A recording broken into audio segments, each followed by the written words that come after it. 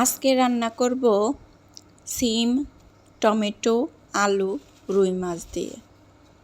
রেসিপিটা দেখতে থাকো, দেখতে দেখতে ভালো লাগতে পারে। নতুন সিম নিয়ে আসলো এই প্রথম, আর টমেটো এই বছর।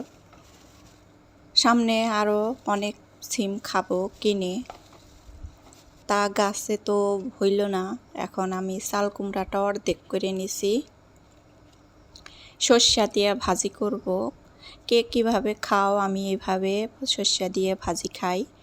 এই তো এইভাবে পিস পিস করে নিলাম। একটু গোটা গোটা বাত্তি বাত্তি হয়ে গেছে, গোটা ধরে গেছে, তারপরেও খাইতে ইচ্ছা করলো। রেসিপিটা অনেক দিন ধরে খাওয়া হয় না, এই জন্যে।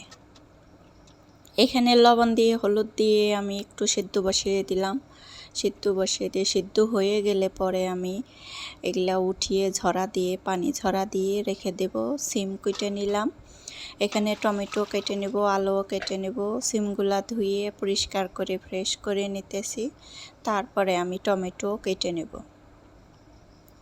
আজকের রেসিপিগুলা দেখতে দেখতে যদি ভালো লেগে যায় কারোর, আমার পাশে থেকে যেও আর ভালোবাসা দিয়ে আর ছোট্ট একটা কমেন্ট রেখে যেও, আমি যাতে তোমাদের পরিবারে যেতে পারি। দাওয়াত দিয়ে রেখে যেও। এখন তো টমেটোগুলো আমি সুন্দর করে ছোট ছোট করে কেটে নিতেছি। এভাবে আমরা প্রায়ই খাই। সাধারণভাবে রেসিপিগুলা ট্রাই করলেও অনেক ভালো লাগে খাইতে। যেহেতু নতুন সিম বেরোইছে, এইভাবে প্রথমে রান্না করলাম। রান্না করে দেখলাম যে কেমন লাগে সিমগুলা তা ভালোই লাগলো খাইতে, অনেক বেশ লাগলো। এই তো সব কিছু রেডি করে নিছি। এখন মাছগুলো একটু হলুদ মরিচ দিয়ে মাখিয়ে তেলে দিয়ে দেব। কে কীভাবে খাও কমেন্টের মাধ্যমে জানিয়ে দিতে পারো। আমি তো কড়াইটা গরম হয়ে গেলে পরে তো ছেড়ে দেব। এখন মাছটা গরম করবা ভালো করে, কড়াই গরম করবা ভালো করে, তারপরে মাছগুলা দিয়ে দিবা।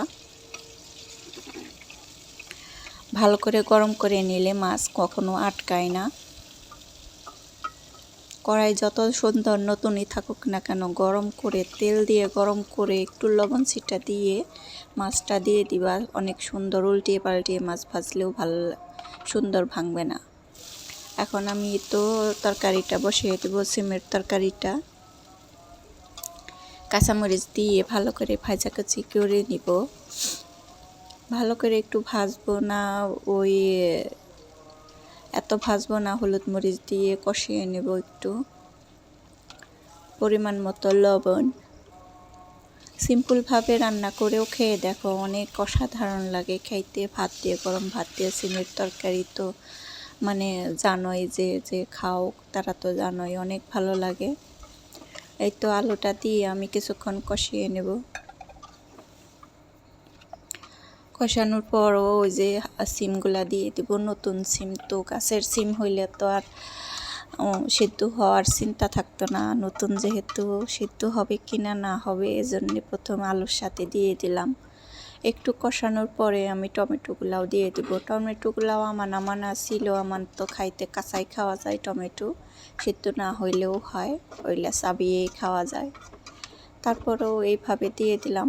কিছুক্ষণ কষানোর পরে তো ঝোল দিয়ে দেব। এখন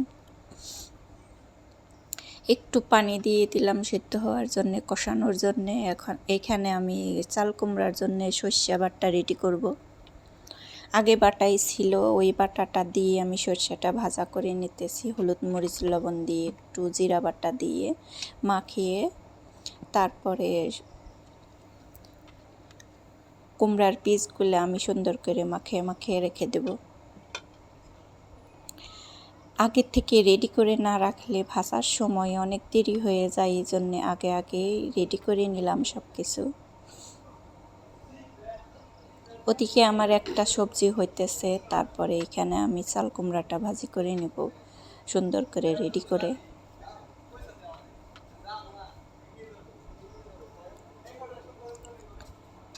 রান্না বান্না কার কার করতে ভালো লাগে কমেন্টের মধ্যে জানিয়ে দিও যে কি রান্না করতে ভালো লাগে। আমার তো সিম্পল রান্নাই ভালো লাগে, আমার অত যে মানুষ নানান রকমের নানান কিছু দিয়ে রান্না করে, আমার অত তেমন একটা ভালো লাগে না।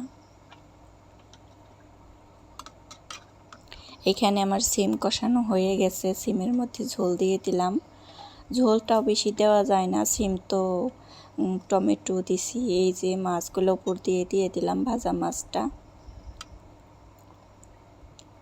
সুন্দর করে একটু রেখে দেবো। একটু বলক আসার পরে কিছুক্ষণ রান্না করে নেব। তা অনেকক্ষণ রান্না করছি, এই তো হয়ে গেছে। এখন নামিয়ে রেখে আমি কুমড়ার পিসগুলা ভাজা করে নেব।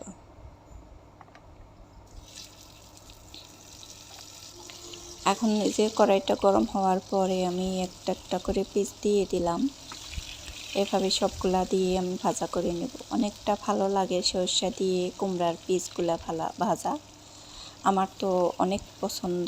এজন্যে একটা কুমড়া আনতে বলছি, যে কুমড়া একটা নিয়ে আসো, ভাজা করে খাই। আমি আরও অনেক কিছুই সরষা দিয়ে ভাজা করে খাই। যে পটল ভাজা কি বলো, ধুন্দুল ভাজা, এইগুলা সরষা দিয়ে ভাজি করলে অসাধারণ লাগে,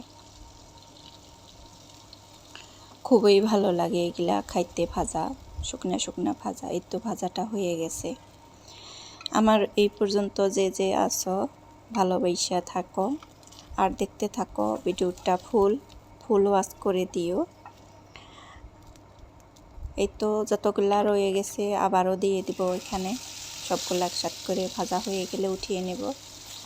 আজকের ভিডিওটা এই পর্যন্তই ছিল, এতটুকুই ছিল। ভালো থাকো সবাই, সুস্থ থাকো। আবার নতুন রেসিপিতে দেখা হবে। আজকে বাই বাই, টাটা। আবারও কথা হবে। আসসালামু আলাইকুম।